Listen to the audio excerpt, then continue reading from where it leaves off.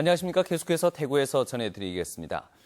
대구와 경북 지역의 오늘 낮 최고 기온이 대구와 안동이 29.6도, 구미가 29.1도, 포항이 20.2도로 어제보다는 조금 낮았지만 여전히 더운 날씨를 보인 가운데 자외선 지수도 매우 높은 단계를 보였습니다.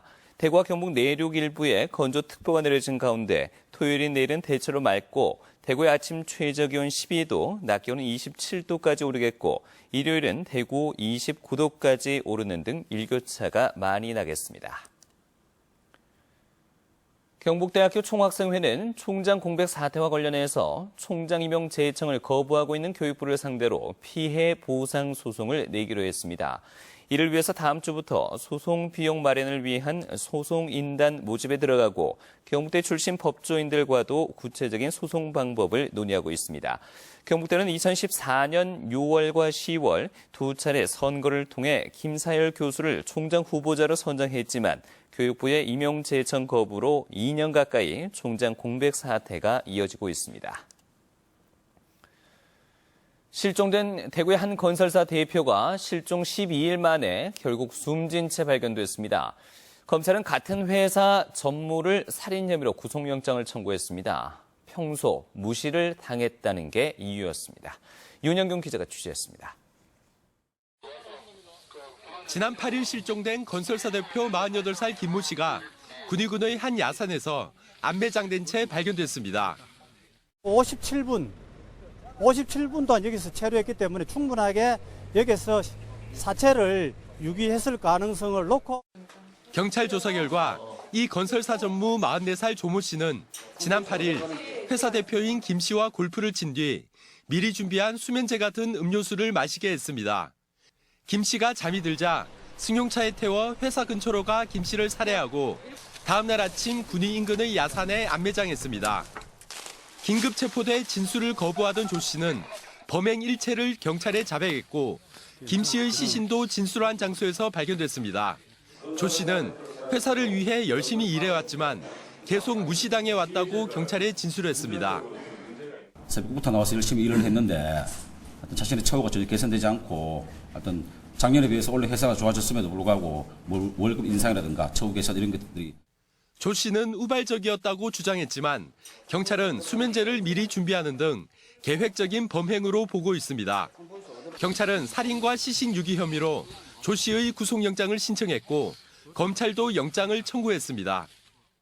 경찰은 조 씨를 상대로 구체적인 살인 동기와 공범 여부 등 추가 조사를 하고 있습니다. MBC 뉴스 윤영균입니다.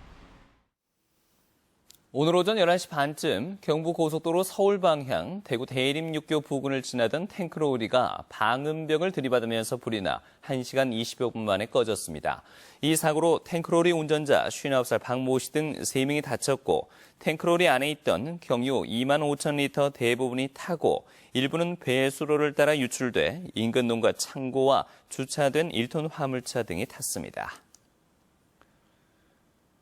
정부의 제5차 규제개혁 장관회의에서 행정자치부가 건강기능식품 원료로 해양심층수를 이용할 수 있도록 함에 따라 경상북도가 추진 중인 울릉도 해양심층수 사업이 탄력을 받을 전망입니다.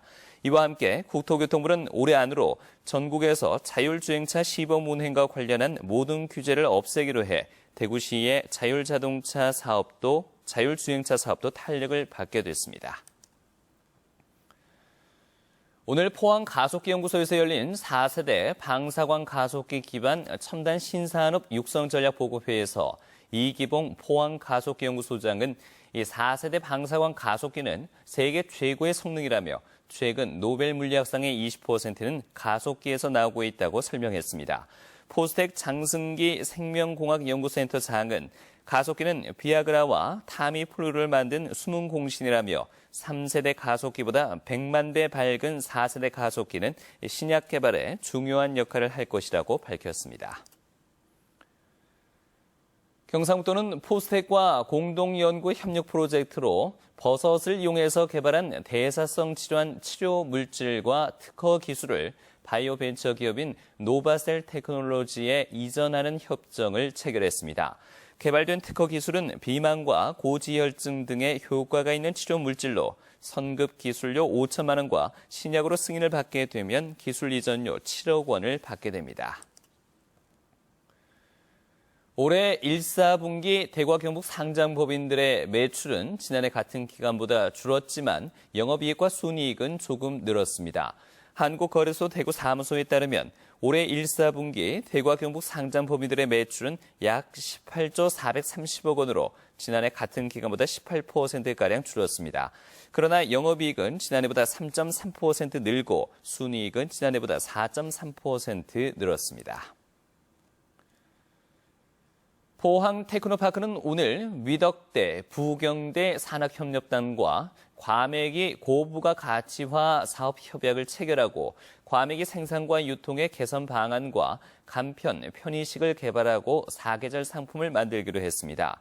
한편 포항시와 포항 테크노파크는 해양수산부, 경상북도와 함께 오는 6월부터 2년간 20억 원을 들여 과메기 상품화와 기업 지원, 인력 양성 등의 사업을 추진합니다.